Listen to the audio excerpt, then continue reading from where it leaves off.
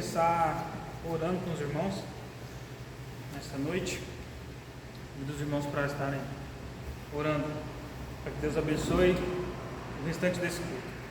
Senhor, nosso Deus, nosso Pai, nós queremos primeiramente te agradecer, ó Deus, pela nossa igreja, que é a tua casa, pelas nossas vidas, ó Deus, pela vida de cada um dos nossos irmãos. Nós sabemos que hoje é o primeiro culto do ano, Pai, de estudo. Nós já tivemos momentos de culto este ano, Pai, como no domingo, o Senhor nos trouxe uma palavra, Deus, na qual nós podemos refletir, podemos renovar as nossas forças, as nossas esperanças no Senhor. Também tivemos já um momento de oração, Deus, conduzido pelo pastor no dia de ontem, e hoje, ó Pai, estamos aqui para receber do Senhor neste culto de estudo da Tua Palavra, Deus, dando continuidade no estudo que estamos fazendo sobre a graça. Eu quero pedir ao Senhor que o Senhor abençoe esse momento, que eu consiga, ó Deus, transmitir aquilo que o Senhor tem preparado, colocou no meu coração para os nossos irmãos, sejam os irmãos que estão aqui presentes, ou os que vão ainda assistir por um vídeo. Eu peço que o Senhor conduza este momento. Essa é a nossa oração em nome do Senhor Jesus. Amém. Amém. Amém, irmãos? Então, como não é novidade, estamos aí, eu e a Aurinete, conduzindo um estudo sobre graça transformadora. Na verdade, esse é o título do livro, né, do pastor Luciano Subirá. Hoje nós estamos no capítulo 7, né? Nós estamos aí completando um terço, mais ou menos, do nosso estudo. É um estudo bastante longo, né, mas que trata de forma detalhada alguns pontos, né? Hoje nós vamos falar sobre o capítulo de número 7, se eu não me engano são 20 ou 21 capítulos, né, que nós vamos tratar ao todo. Então hoje nós estamos aí caminhando para um terço do nosso estudo. Hoje eu queria começar falando com os irmãos sobre alguns atributos de Deus, né? Hoje nós vamos falar sobre um atributo em específico, mas eu quero abrir um parênteses aqui, como se fosse fazer uma propaganda da nossa escola bíblica dominical, nossa sala Maturidade Cristã, em que nós estamos estudando uma revista chamada Quão Grande És Tu, né? Então ali nós estudamos sobre alguns atributos de Deus, e nas primeiras lições, nós também já estamos caminhando da metade para frente dessa lição, dessa revista, nós estudamos sobre alguns atributos de Deus, né? E aí nós estudamos ali o texto de Gênesis 1, na qual Deus cria a humanidade, e aí tem aquele versículo bastante conhecido que Deus diz, né? Façamos o homem a nossa imagem e semelhança.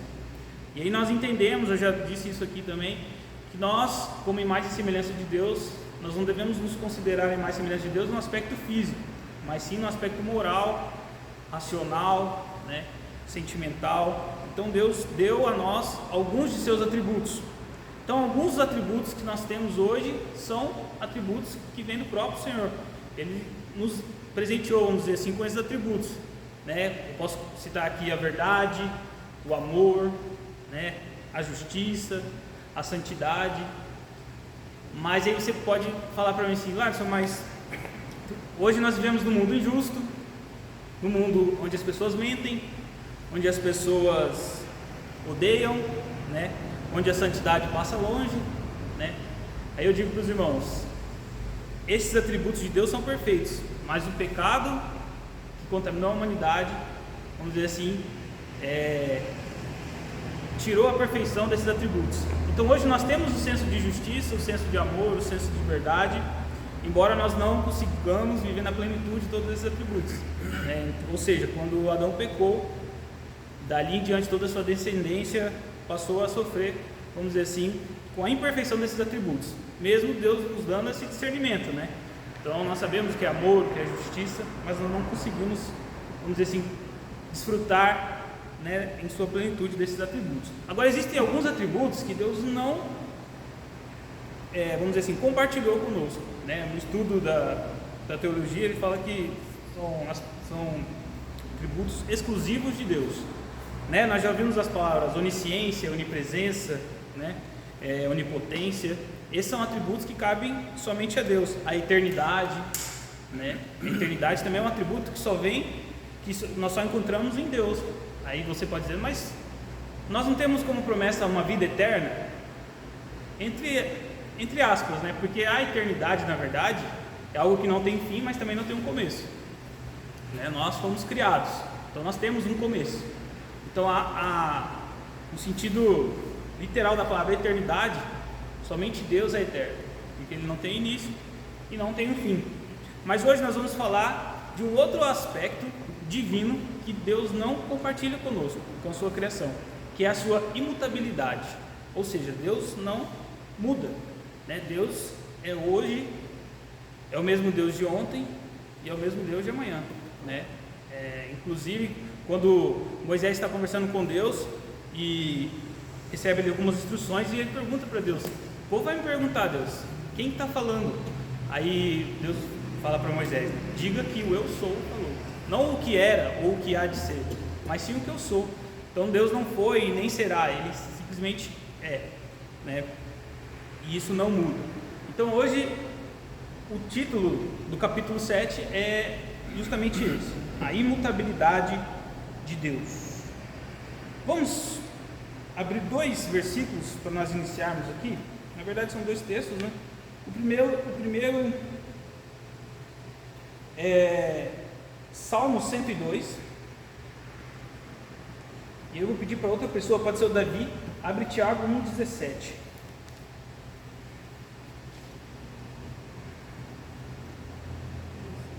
Se a gente abrir até lá em Malaquias 3:6, vai dizer assim, Deus falando, né? De fato, eu, o Senhor, não mudo. Mas nós temos aí mais 2 textos que nos mostram aí sobre a imutabilidade de Deus.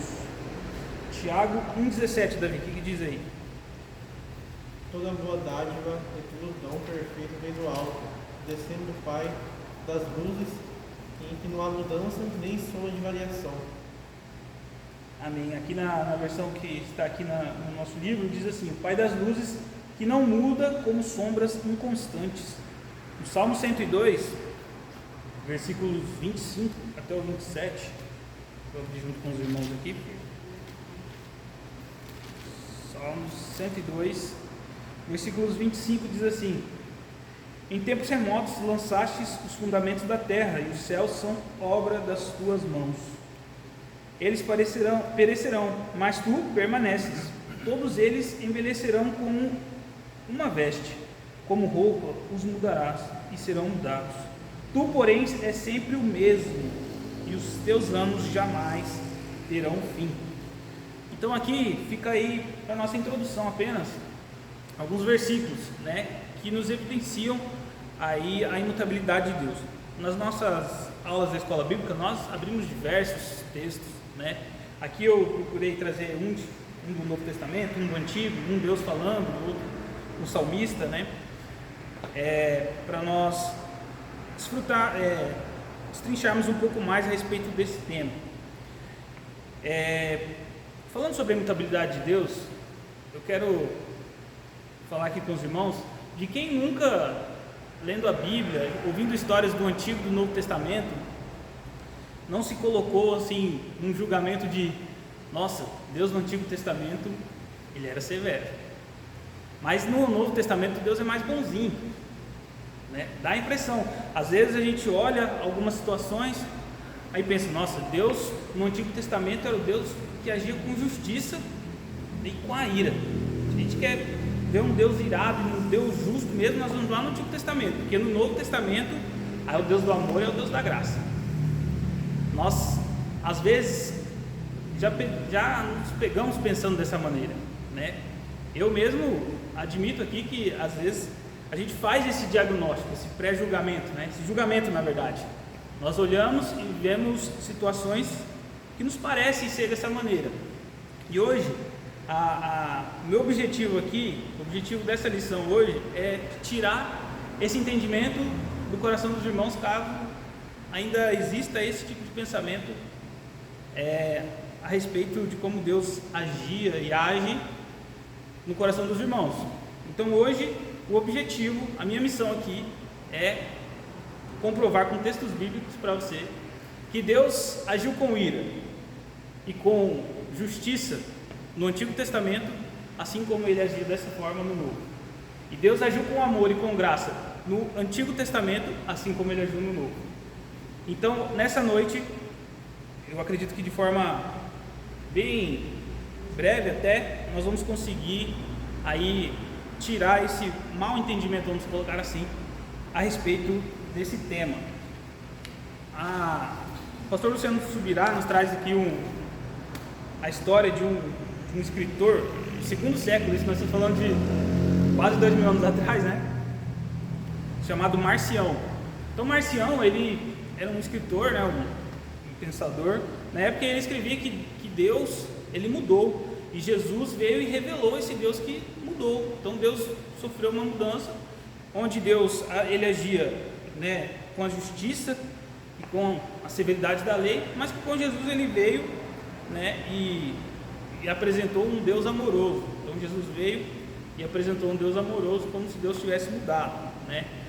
E aí esse movimento de quem acreditava nesse homem chamava-se os marcionitas, né? Ou seja, os seguidores de Marcião. E aí a nossa aula de hoje é para, vamos dizer assim, nós não caiamos no erro de Marcião e dos marcionitas, né? Ou seja, nós estamos estudando esse livro já há algum tempo e vamos estudar, como eu disse aqui, nós estamos num terço do estudo ainda, mais um bom tempo, justamente para nós nos prevenirmos de doutrinas erradas e falsas como essa, né? como heresias como essa. E aí nós vamos então iniciar aqui, primeiramente, falando sobre como Deus agia no Antigo Testamento, né? Vamos aqui então abrir alguns textos. Se Marcião tivesse certo, irmãos, Deus teria evoluído. A gente pode ter ou evoluído, né? Mas Deus teria mudado. Era como se Deus agisse de uma maneira e agora ele evoluiu e agiu de outra forma. A evolução, ela cabe à espécie humana e a alguns animais. O ser humano se adapta, né? O ser humano se adapta para viver em sociedade, se adapta ao frio, ao calor, às tecnologias, mas Deus não muda. Nós vimos na palavra o próprio Deus declarando isso, o salmista declarando isso, e ainda vimos uma revelação em Tiago falando sobre isso, né? Ou seja, nós não podemos cair aí no erro de acreditar que Deus evoluiu, ou Deus tem mudado, né? Aí eu quero começar com os irmãos falando sobre o rei Davi, porque o rei Davi, ele pôde comprovar que Deus agiu com graça na sua vida.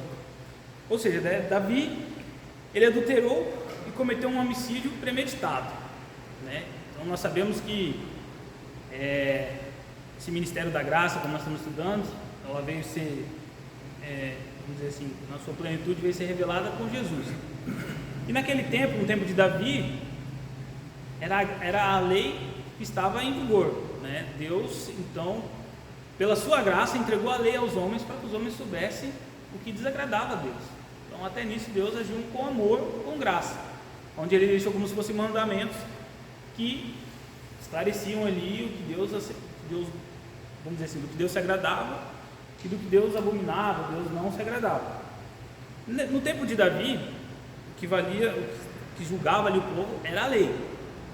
E aí nós sabemos que, da história de Davi, né? Davi adulterou e Davi ainda matou o homem, o esposo de Betseba, né? Se nós olharmos para o rigor da lei, o que a lei diria, o que deveria ter acontecido com Davi? O que você acha, Davi? Teria sido morto, né? Os mandamentos nós vimos: não matarás, não adulterarás, né? Ou seja, Davi transgrediu ali a lei de maneira contundente, né? Para não deixar dúvida, ele foi lá e já foi em dois mandamentos de uma vez. Só que ele não foi morto, Davi. Ele não foi morto. Por que ele não foi morto? Aí eu convido os irmãos para nós abrirmos o Salmo 51. Os irmãos que estão mais antenados aí já vão se ligar que o Salmo 51 é o Salmo da confissão do pecado de Davi. Eu acho que o 32 também. E o 32 também, né, pastor? Salmo 51 é onde Davi reconhece o seu erro, o seu pecado. Nós vamos ler aqui o versículo do 1 até o 9 e depois nós vamos voltar nesse texto. Então eu peço que os irmãos leiam com bastante atenção esse texto, que diz assim: compadece-te de mim, ó Deus, segundo a tua benignidade e segundo a multidão das tuas misericórdias. Apaga as minhas transgressões. Lava-me completamente da minha iniquidade e purifica-me do meu pecado. Pois eu conheço as minhas transgressões e o meu pecado está sempre diante de mim. Pequei contra ti somente, e fiz o que é mal perante os teus olhos, de maneira que serás tido por justo no teu falar e puro no teu julgar. Eu nasci na iniquidade e em pecado me concebeu minha mãe.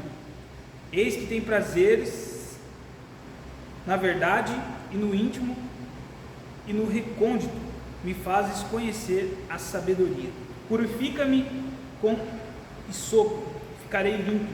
Lava-me e ficarei mais alvo do que a neve. Faz-me ouvir júbilo e alegria, para que exultem os ossos que esmagaste.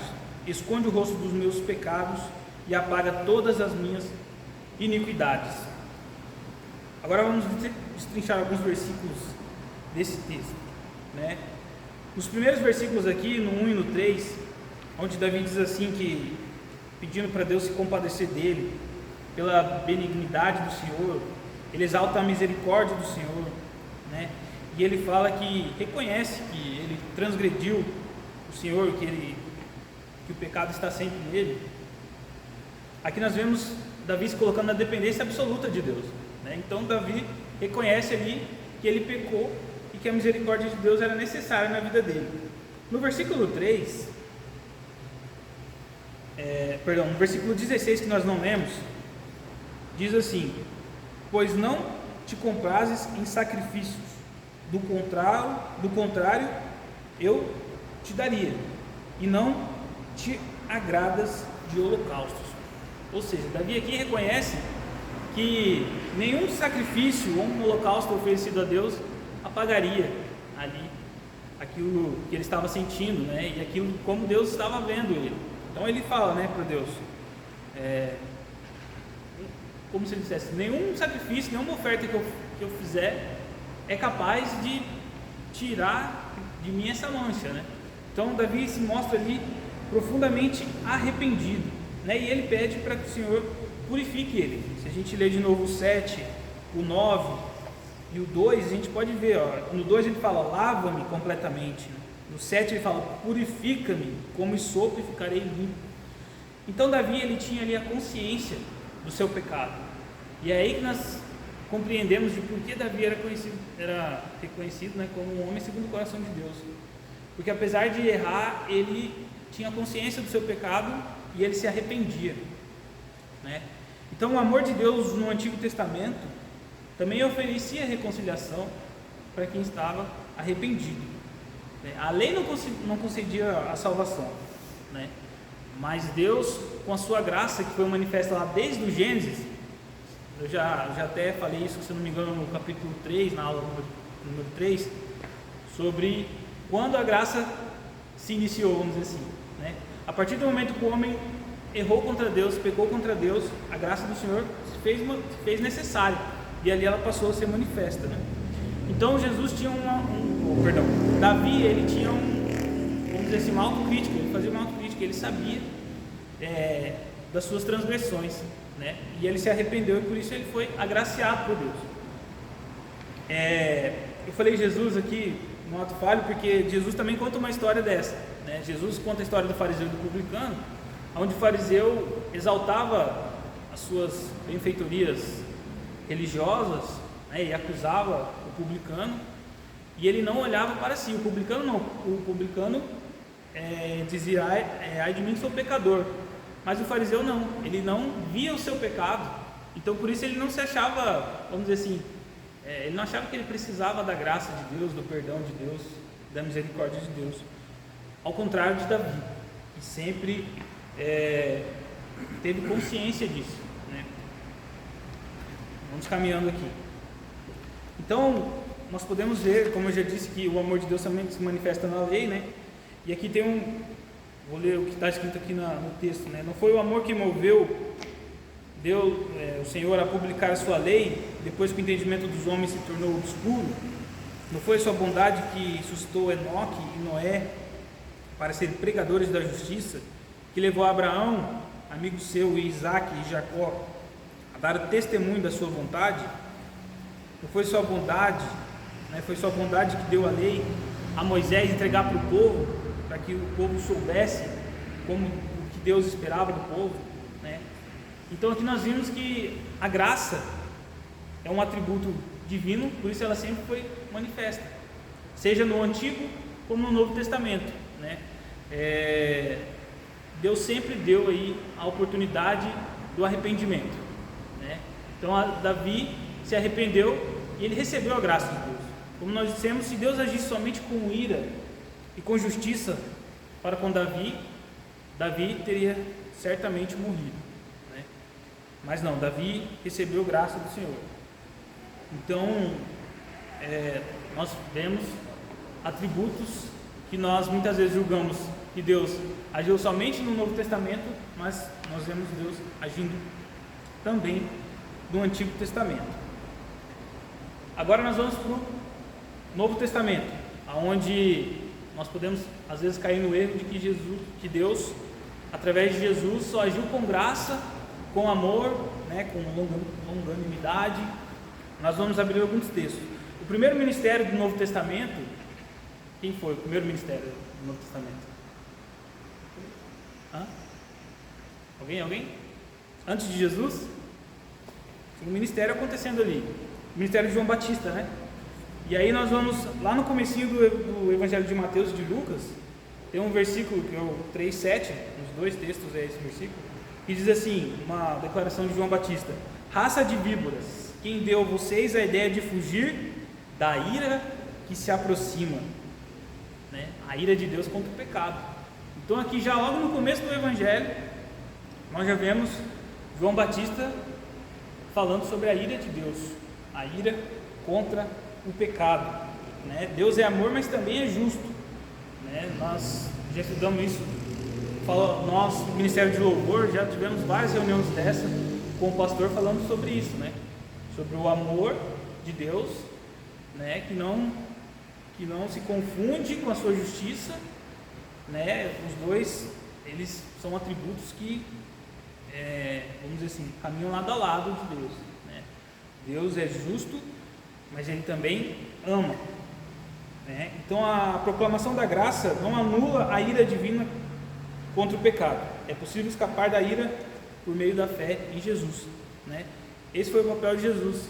Jesus veio e, vamos dizer assim, Jesus absorveu essa ira de Deus, né? É como se Jesus fosse um escudo para nós, né?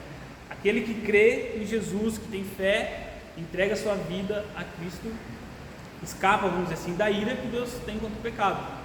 Jesus veio para dar uma solução ao pecado, que é o arrependimento. Conversando com a Aure sobre esse livro, há um tempo atrás, ela falou que ela já foi em alguns eventos que já tratou o livro num todo, então ela já conhece, vamos dizer assim, praticamente todo o livro, embora ela não tenha lido todo ele. E ela falou que tem um momento no livro que ela não sabe qual é o capítulo, que tem uma virada de chave. Enquanto ela estava falando aqui na quarta-feira passada, eu fiquei pensando sobre o título desse livro que nós estamos estudando, Graça Transformadora. E eu achei assim que é um título perfeito, Graça Transformadora, porque a graça, ela, como eu disse, ela veio para dar uma solução para o pecado. E essa solução do pecado é justamente o arrependimento. Então, o que nós estamos falando aqui há muitos dias é sobre uma graça que é pregada sem a mudança, sem esse arrependimento. Então a graça transformadora é aquela graça no qual aquele que está sendo agraciado compreende, né, o mal que o pecado faz, se arrepende e é transformado por essa graça, né? Não comete, não permanece no erro. Então o título desse livro, eu parei para analisar e achei algo assim tremendo, né? Eu quero abrir outro, na verdade eu vou citar aqui João 3,36, que diz assim: por isso, quem crê no Filho tem a vida eterna. O que todavia se mantém rebelde contra o Filho não verá a vida, mas sobre ele permanece a ira de Deus. Então nós vamos ver aqui que vários textos do Novo Testamento falam sobre a ira e sobre a justiça de Deus. E tem um episódio que, não vou dizer assim, parece que aconteceu com Uzá, lá no Antigo Testamento, que colocou a mão na arca. Só que Uzá, ele tinha uma boa intenção ali, né? Diferente de Ananias e Safira, que é uma passagem do livro de Atos, onde Ananias e Safira, eles venderam um terreno e omitiram o valor, mentiram para os apóstolos, e ali Deus, vamos dizer assim, levou os dois. Eles morreram porque eles mentiram, né?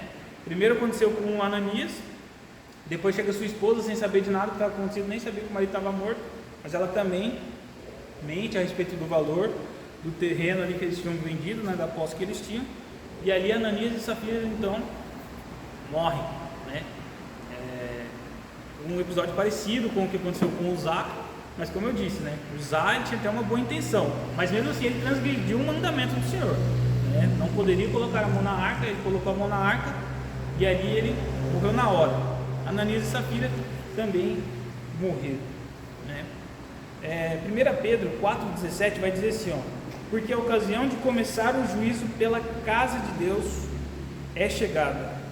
Ora, se primeiro vem por nós, qual será o fim daqueles que não obedecem ao Evangelho de Deus? Quando o pastor estava falando isso na abertura do culto, eu falei, um texto que está na nossa lição de hoje, né? O pastor falou sobre isso. Aqui, 1 Pedro diz: começar o juízo pela casa de Deus. Então nós estamos falando de ira de Deus e de juízo de Deus, tudo isso no Novo Testamento. Lá em 1 Coríntios, esse eu vou pedir para os irmãos abrirem para nós entendermos um pouco do contexto. 1 Coríntios 5, 1. O apóstolo Paulo aqui, ele está dando uma orientação aos irmãos.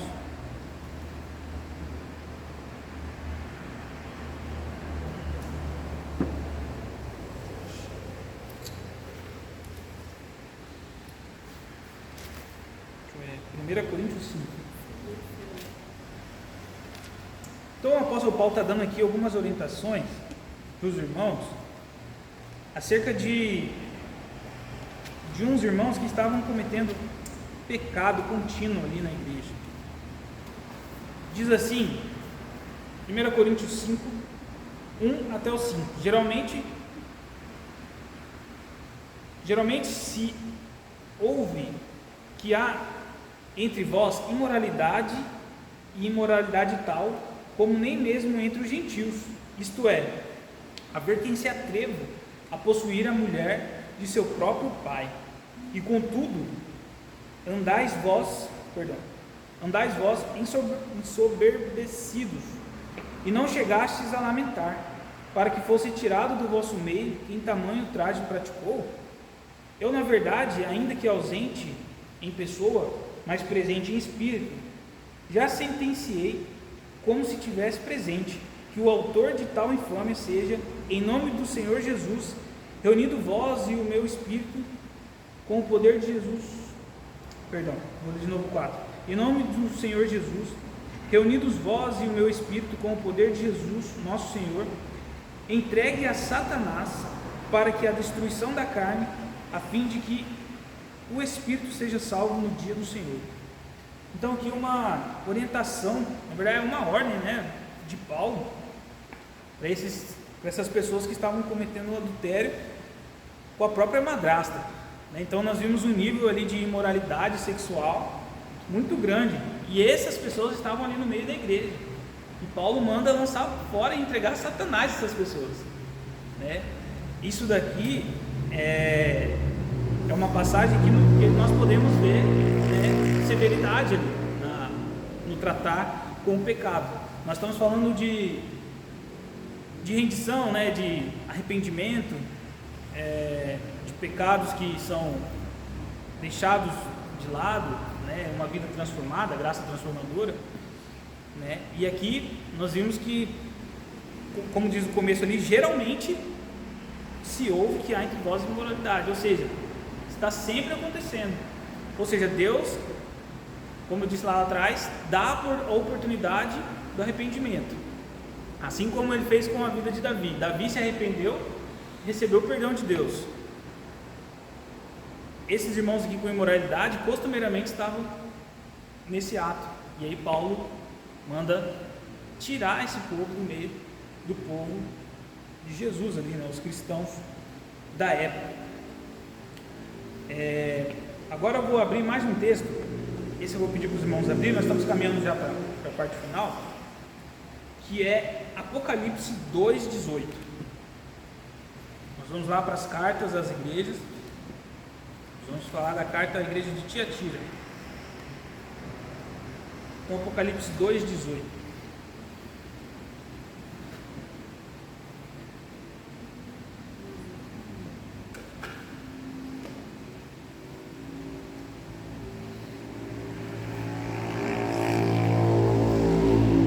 Apocalipse 2:18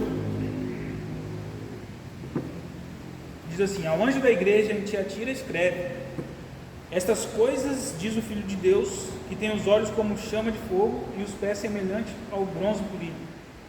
Conheço as tuas obras, o teu amor, a tua fé, o teu serviço, a tua perseverança e as tuas últimas obras, mais numerosas do que as primeiras. Eu fico imaginando se a gente pode desenhar que é a igreja carta, né? Às vezes chegou uma carta que o pastor lê para toda a igreja, aí o pastor começa a ler essa primeira parte aqui, acho que os irmãos estão todos se abraçando, olha, estamos bem, né? Nós vemos aqui como se fossem elogios, né? Conheço as tuas obras, teu amor, serviço, a fé, a perseverança. Vocês estão trabalhando mais agora do que antes, né? Vocês não perderam aquele primeiro amor. Mas aí continua no versículo 20: tenho, porém, contra ti o tolerares que essa mulher, Jezabel, que a si mesma se declara profetiza, não somente ensine, mas ainda seduza os meus servos a praticarem a prostituição e a comerem coisas sacrificadas a ídolos. Dei-lhe tempo para que se arrependesse. Ela, todavia, não quer arrepender-se de sua prostituição.